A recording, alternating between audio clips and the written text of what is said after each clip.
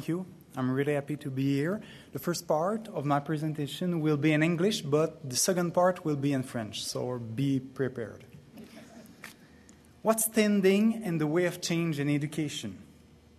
I believe that one of many other factors is related to the fact that teachers often have misconceptions about how the brain of their students works. These misconceptions, also called neuromyths, are a barrier to change and improve education, because when a change is opposed to a misconception, there is always a natural and comprehensible tendency to resist to that change. I also think that one way to overcome this barrier is to include in the training of teachers a course about neuroeducation, an emerging field that tries to understand the brain in order to improve teaching. So first, let's talk about misconception. You probably have some ideas or intuitions about how the brain works. Maybe you think that students learn better when they receive information in their preferred learning style, such as visual, auditory, or kinesthetic. Or that students are either left brain or right brain. Or perhaps you think that we only use 10% of our brain. Or that there are critical periods in childhood after which certain things can no longer be learned. As you may have guessed, all these claims are in fact neuromyths.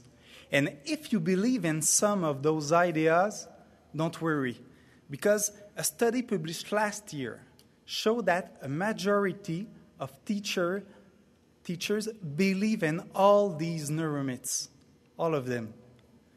For example, more than 90% of teachers in the UK and Netherlands believe in the learning style theory, although there is empirical proof showing that teaching according to the learning style of students doesn't lead to better learning.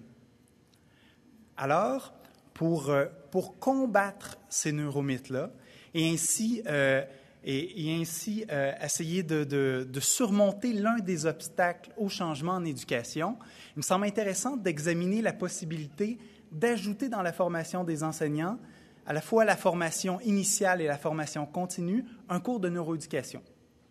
Ce cours permettrait non seulement de combattre les neuromythes les plus fréquents, mais permettrait aussi aux enseignants d'avoir une idée de ce qui se passe dans le cerveau de leurs élèves.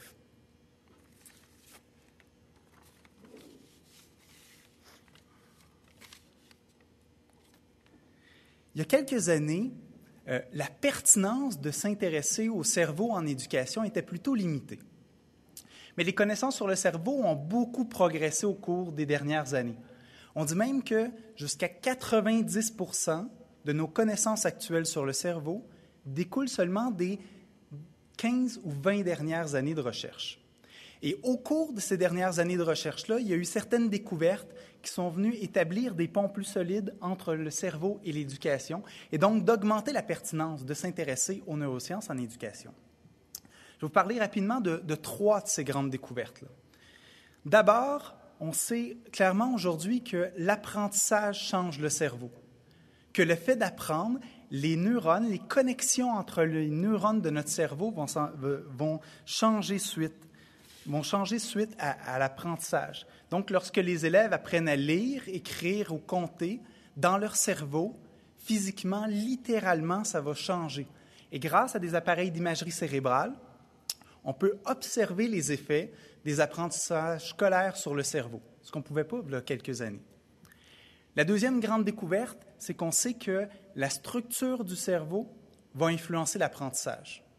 Autrement dit que la configuration du cerveau avant l'apprentissage, comment les neurones sont interconnectés les uns par rapport aux autres, quelles sont les grandes voies de communication entre différentes régions du cerveau, que toute cette configuration initiale, que cette structure initiale du cerveau-là va avoir un impact sur comment les apprentissages scolaires vont s'installer dans le cerveau. Et que donc, connaître la structure du cerveau des élèves, c'est connaître les contraintes biologiques inhérentes à l'apprentissage. Donc, c'était la deuxième grande découverte qui permet d'établir le pont entre cerveau et éducation. La dernière, la plus récente et possiblement la plus importante aussi, c'est qu'on sait aujourd'hui que l'enseignement, la façon d'enseigner, va avoir un impact sur les effets de l'apprentissage sur le cerveau. Autrement dit, deux façons d'enseigner peuvent engendrer des modifications cérébrales différentes chez les élèves. Il y a des recherches qui ont montré, par exemple, que le fait d'enseigner de façon syllabique ou globale la lecture aux enfants allait engendrer des modifications différentes et donc les élèves, ayant reçu des enseignements différents, vont avoir un fonctionnement cérébral qui va en découler différent aussi. Et ça, cette découverte-là met l'accent sur l'importance du travail des enseignants. Parce que les enseignants, par les choix pédagogiques qu'ils font, vont pouvoir influencer le développement du cerveau des élèves. Donc pour résumer, il me semble que j'ai voulu mettre en évidence que les neuromythes, la présence de neuromythes joue peut-être un obstacle par rapport au changement en éducation. Et j'ai proposé qu'une des pistes de solution serait d'inclure dans la formation des enseignants un cours de neuroéducation. Mais la pertinence d'intégrer un cours de neuroéducation dépasse grandement cette idée de juste combattre des neuromythes. Parce qu'à l'heure actuelle, il existe des connaissances sur le cerveau qui ont non seulement un intérêt pour les enseignants, mais qui peuvent donner des indices sur les meilleures façons d'intervenir avec les élèves.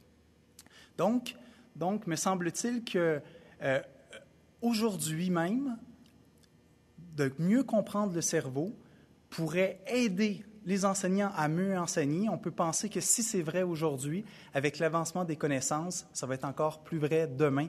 Donc, que mieux comprendre le cerveau va sûrement pouvoir nous aider à mieux enseigner. Merci.